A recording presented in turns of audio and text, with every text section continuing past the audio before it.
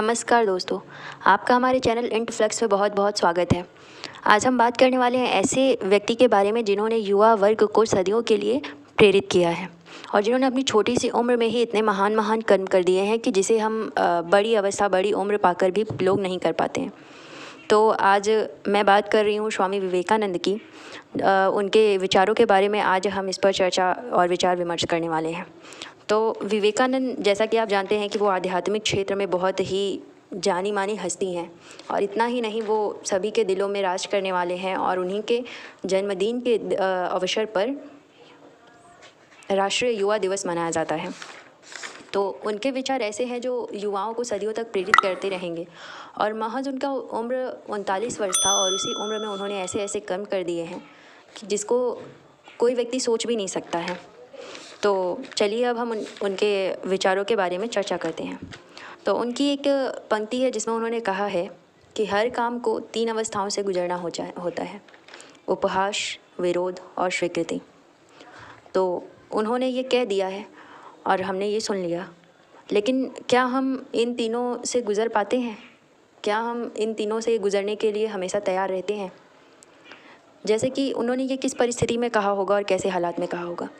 उनका कहना है कि हर काम को 3 अवस्थाओं से गुजरना होता है: उपहास, विरोध और फिर जाके मिलती है स्वीकृति। जैसे कि अगर हम कोई कर्म करते हैं तो समाज उपहास उड़ा सकता है, उड़ाता ही है, हमेशा ही उड़ाता है। जैसे मान लीजिए हमने निर्णय किया कि हमें सिंगर बनना है, सिंगिंग के क्षेत्र में आगे बढ़ना है, तो समाज निसंदेह उपहास के पात्र बनाएगा, क्योंकि वो कहेगा कि तुम्हारा मैथ्स अच्छा है, साइंस अच्छा है, तुम एक अच्छे स्टूडेंट हो, तुम्हें इंजीनियर बनना चाहिए, डॉक्टर बनना चाहिए, तुमने ये कैसा फील्ड चूज़ कर लिया है, इसमें पैसे नहीं हैं, तुम अच्छा खासा पैसे छोड़कर तुम किस फील्ड में आ गए हो। तो ऐसी बातें करेंगे और इस तरफ वो उपहास उड़ाएंगे। फिर विरोध भी होगा। विरोध भी समाज और पेरेंट्स, इन्हीं लोगों के द्वारा होता है। विरोध पेरेंट्स इस तरह कर सकते हैं कि हम तुम्हारा सपोर्ट नहीं करेंगे, और ऐसा होता भी है कई बार कि कई बार हमारे निर्णय पे कोई सपोर्ट करने वाला नहीं होता है। तो ये 2 सीढ़ियाँ होती है। अगर इन 2 सीढ़ियों को हम पार करने में समर्थ हैं, सक्षम हो जाते हैं, तब जाके वो तीसरी सीढ़ी आती है, स्वीकृति, और फिर मिलती है सफलता। लेकिन ज़्यादातर क्या होता है, अगर हम दृढ़ निश्चय हमारे अंदर नहीं है, हमारा खुद पर आत्मविश्वास नहीं है, तो ये दो सीढ़ियाँ इतनी आसान नहीं होती।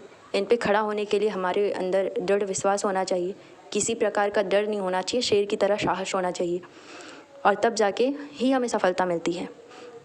लेकिन ज़्यादातर क्या होता है कि हम पहले ही उपहास और विरोध से डर जाते हैं और उसे एक्सेप्ट नहीं कर पाते और फिर हार मान लेते हैं और जो समाज का है, समाज के नियमों पर चलने लगते हैं। और यही कारण है कि आज समाज इतना मजबूत हो गया है कि जब भी हम कुछ बड़ा या अलग करने की सोचते हैं तो सबसे पहले ख्याल आता है कि समाज का क्या, समाज क्या कहेगा। रहना हमें समाज में ही है, हम समाज के विरोध कोई कर्म नहीं कर सकते, कोई काम नहीं कर सकते। तो कहाँ तक ये सही है? हमने ही समाज को इतना मजबूत बनने दिया है, मजबूत बनने का अवसर दिया है। और इसमें एक बहुत बड़ा योगदान, समाज को मजबूत बनाने का जो सबसे बड़ा योगदान है, वो है शिक्षा नीति का। शिक्षा किसी भी विद्यार्थी के जीवन में बहुत ही इम्पोर्टेंट होता है। शिक्षा के बाद ही कोई भी पुरुष, बालक या बालिका, जो भी, उन्हें ज्ञान होता है, उन्हें समझ में आता है कि जीवन क्या है। और आज की हमारी शिक्षा ऐसी है जो सिर्फ सैद्धांतिक ज्ञान की बात करती है, जो केवल सैद्धांतिक शिक्षा देती है। और जबकि स्वामी विवेकानंद का कहना है कि व्यक्ति को सैद्धांतिक शिक्षा नहीं देना चाहिए, व्यवहारिक शिक्षा देना चाहिए। उनका मानना था कि व्यवहारिक शिक्षा ही जीवन में बदलाव ला सकता है, ना कि सैद्धांतिक शिक्षा। और हम पूरे जीवन, जितने भी वर्ष हमारा शिक्षा का उम्र होता है, समय काल होता है, हम सिर्फ सैद्धांतिक शिक्षा लेते जाते हैं। यानी हम बस ऊपरी पॉलिश करते जाते हैं, अंदर किसी प्रकार का कोई भी स्वच्छता बदलाव नहीं होता है। तो इससे क्या होता है, हम कमज़ोर रहते हैं। स्वामी विवेकानंद का ये भी कहना है कि ऐसी शिक्षा नीति होनी चाहिए जो क्या करे, हमें ऐसी शक्ति दे जिससे चरित्र का निर्माण हो, मन की शक्ति बढ़े, बुद्धि का विकास हो और मनुष्य अपने पैर पर खड़ा हो सके, और जो हमें शेर की भांति साहस दे। और आज की शिक्षा नीति हमें इन सभी गुणों में से कुछ भी देने में असमर्थ है। तो इस वजह से डर भी है हमारे अंदर, समाज का भय है, लोगों का भय है, धन नहीं है, गरीबी है, सभी प्रकार से हम धीरे धीरे कमज़ोर होते जा रहे हैं। और सबसे बड़ा जो होता है खुद पर आत्मविश्वास, वो भी हमारे अंदर नहीं जागृत हो पा रहा है। तो विवेकानंद का यही कहना है कि अगर हम सही हैं, हम कोई कर्म करने का निर्णय लेते हैं, कोई काम करते हैं, तो हमें अपने ऊपर आत्मविश्वास रख के हमें अपने बल पर खड़ा रहना चाहिए। अगर उपहास कोई उड़ाता है तो उड़ाने देना चाहिए, उपहास कोई करता है तो करने देना चाहिए। अगर इतना हम बर्दाश्त करते हैं, फिर विरोध होगा, विरोध भी किया जाएगा, किसी भी प्रकार से आपकी सहायता नहीं की जाएगी, हर जगह आपको नीचे ही देखा जाएगा, हर जगह आपको झुकाने की कोशिश की जाएगी।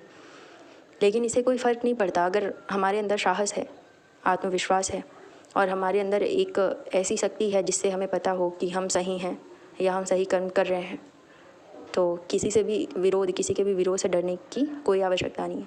और अगर हम इन दोनों सीढ़ियों को चढ़ गए तो वो भी सीढ़ी हमारे लाइफ में ज़रूर आएगी जिसका सभी को इंतज़ार होता है, वो है स्वीकृति और फिर सफलता। फिर लोग स्वीकार करेंगे कि हाँ, आप सही थे, हम गलत थे, या फिर आपने कितना बड़ा काम किया। जैसे विवेकानंद ने ही, वो चाहते, वो बहुत ही अच्छा, जैसा आपको पता होगा कि वो बहुत ही अच्छे से स्टूडेंट रहे, हर जगह उन्होंने क्या प्रथम श्रेणी, द्वितीय तो उनके जैसे लिस्ट में रहा ही नहीं कभी। उन्होंने अमेरिका में इतना अच्छा स्पीच दिया कि विश्व में उनका नाम हो गया, विश्व भर में उनका जय जयकार हो गई, विश्व भर के लोग उन्हें जानने लगे और वो जहाँ भी रहे हमेशा प्रथम ही रहे, हर चीज़ में उत्तीर्ण रहे, हर चीज़ में विजयी रहे। तो फिर भी उन्होंने क्या निर्णय लिया कि वो हमेशा दूसरों की मदद करेंगे। उनका कहना था कि दूसरों की मदद करने से बड़ा और कोई काम नहीं हो सकता, दूसरों की सहायता करने से बड़ा और कोई काम नहीं हो सकता। तो वो गरीबों की, दुखिहारों की मदद करते थे और ज्ञान भी देते थे जगह जगह, और उनको ऐसी बातें पता थी, ज्ञान था जो सभी में लोगों को बांटते थे और चाहते थे कि युवा पीढ़ी इससे जाने। और वो तो ऐसा भी कहते थे कि उन्हें युवा वर्ग की बहुत अधिक आवश्यकता है, उन्हें युवाओं की आवश्यकता है जो उनके काम को आगे बढ़ा सकें।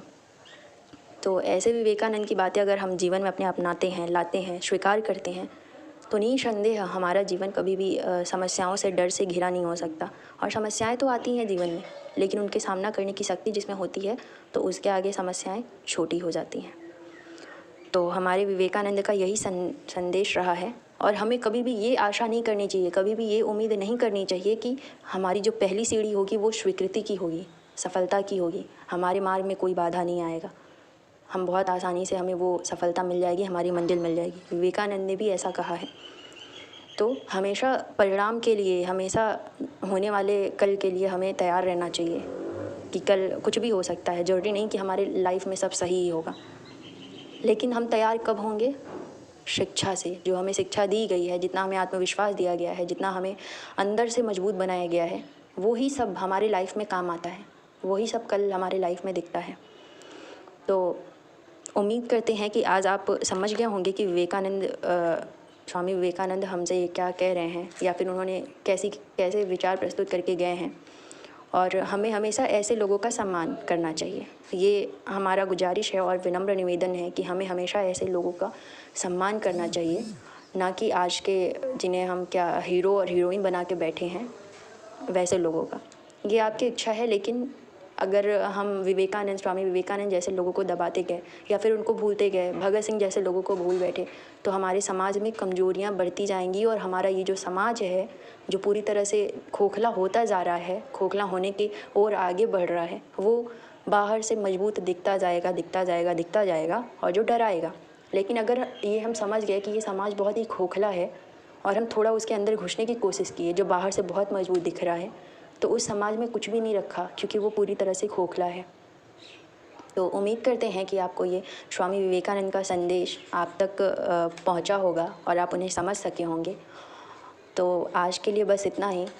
नेक्स्ट वीडियो में किसी नए विचार के साथ, किसी महान व्यक्ति के साथ फिर से मिलते हैं। तब तक के लिए नमस्कार।